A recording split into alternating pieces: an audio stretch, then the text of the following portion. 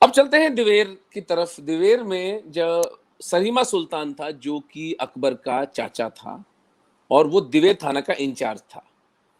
दिवेर में भयंकर भीषण लड़ाई हुई, क्योंकि जो हल्दी घाटी में भूल हुई थी मेवाड़ के आर्मी से, वो थी कि शुरू के 2 घंटे में जो मेवाड़ ने काटा मुगलों की सेना को, तो ये बच्चे जोश में आके खुले में चले गए, जबकि प्रताप, झालाबीदा, झालामान, रामशाह तंवर, भामाशाह, इन सबका आग्रह था कि खुले में नहीं जाना है।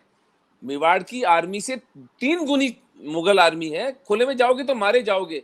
लेकिन अब जवानी का खून जोश में आ गया, तो इसलिए हल्दी घाटी हम जीते, लेकिन हमने डिस्प्रोपोर्शनेट मूल्य चुकाया उसका, क्योंकि मेवाड़ के सब प्रमुख सेनापति प्रताप को बचाने के चक्कर में काम आ गए। रामशाह तंवर, उनके 3 बेटे, उनका पोता धर्मागत 14 साल का बच्चा, फिर हाकिम खान सूर, फिर झालाबीदा, झालामान, अक्षयमान सोनग्रा, भीम सिंह डोडिया, जो प्रथम पंक्ति जो राजपूतों की थी, बिल्कुल साफ हो गई।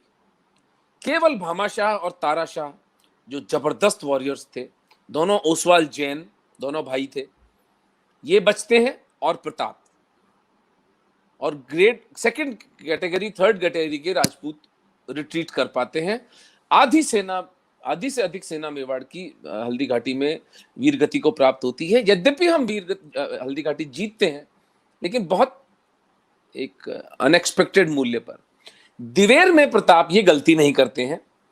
अच्छा, हल्दी घाटी में अमर सिंह जी को नहीं उतारा गया था, ये सोचकर कि यदि सब अमर सिंह जी, प्रताप यदि काम आ जाते हैं युद्ध में, तो अमर सिंह मेवाड़ की ध्वजा को उठाए रखेंगे। 2 राजपुत्रों के एक साथ वीरगति को प्राप्त होने का कोई औचित्य नहीं था।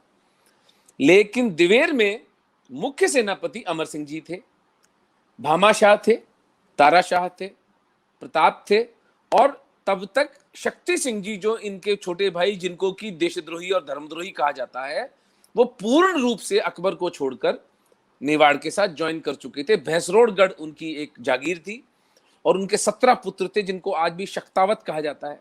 उनके जो बच्चे हैं, उनको सब शक्तावत पूरे विश्व में फैले हुए हैं। मेरे कई पर्सनल मित्र हैं शक्तावत। तो ये शक्ति सिंह जी के पुत्र हैं, और ये उसी कैटेगरी के वॉरियर्स थे जिस कैटेगरी के प्रताप और उनके बच्चे थे। तो शक्तावत दिवेर की युद्ध में आते हैं। एक भाले के वार से अमर सिंह जी सलीमा सुल्तान के शरीर को भेदता हुआ, घोड़े को भेदता हुआ, 6 इंच जमीन में भाला जाके लगता है, और फिर वो कहता है कि किस महापुरुष ने मेरी गति करी है, मुझे गंगा जल पिलाओ आप। और इस तरह से करके उसका प्रताप सलीमा सुल्तान को गंगा जल पिलाते हैं। उस तरह उसका देह त्याग होता है।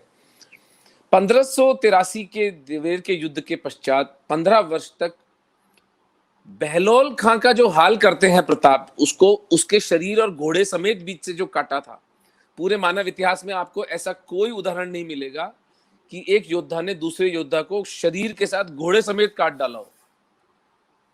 कोई मुगल जनरल, अकबर विनती करता रहता है लोगों से कि भाई एक जना कोई मेवाड़ पर हमला करने जाओ, बोले भैया हम नहीं जाएंगे। लोगों ने फ्लैटली मना कर दिया। तो फिर इसके बाद अकबर भी अपनी ऊर्जा बंगाल, अफगानिस्तान, पंजाब, सिंध वगैरह के विद्रोह को कुचलने में लगा देता है, और मेवाड़ पर प्रताप निशंक राज्य करते हैं। 1597 19 जनवरी को एक शिकार के एक इंसिडेंट में धनुष की प्रत्यंचा को टाइट करते समय उनकी रीढ़ की हड्डी में चोट लगती है, और वे मृत्युशैया पर पहुंच जाते हैं। और मृत्युशैया पर पड़े हुए कई दिन जब निकल जाते हैं, तो उनका पीड़ा में जब शरीर नहीं छूट रहा है, तो सामंत आके कहते हैं कि महाराज कुंवर साहब, महाराज साहब, आप देह त्याग करने इतनी पीड़ा में है। तो वो एक बड़ी जबरदस्त बात सुनाते हैं सबको, वो सुनने लायक है। वो कहते हैं कि जब मैं अकबर के साथ युद्ध कर रहा था, एक दिन अरावली की पहाड़ियों में भयंकर बारिश हो रही थी। मैं तो महलों में था, लेकिन अमरा और उसकी पत्नी जो थे, वो टेंट हाउस में थे। वो एक छप्पर टाइप थे उसमें। तो मैंने रात को उन पति पत्नी का वार्तालाप सुना। पत्नी बोली थी, अमर सिंह की पत्नी उनको बोलती है कि हमारे दुख के दिन कभी समाप्त होंगे क्या? और अमर सिंह कहते हैं कि क्या करें, दाजी राजसा की जिद है, यानी मेवाड़ में जो राजपुत्र होते थे वे अपने पिता को दाजी राज कहते थे, दाजी राजसा। तो प्रताप के लिए अमर सिंह कहते हैं दाजी राजसा की जिद है, नहीं तो हम भी आनंद और खुशी की जिंदगी जी सकते हैं जयपुर और जोधपुर के राजपूतों की तरह। प्रताप की आंख में, कहते हैं प्रताप की आंख में कभी आंसू नहीं आए थे, कभी भी। एक चित्तौड़ के साके के समय आए और एक अमर सिंह का ये वाक्य सुनकर आए।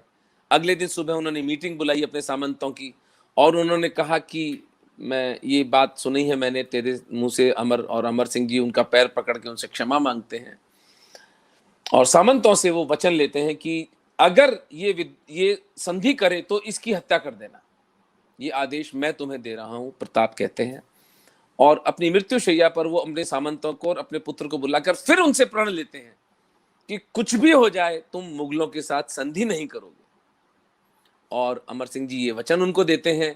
इसके बाद प्रताप का शरीर पंचतत्व में लीन हो जाता है 19 जनवरी 1597 को।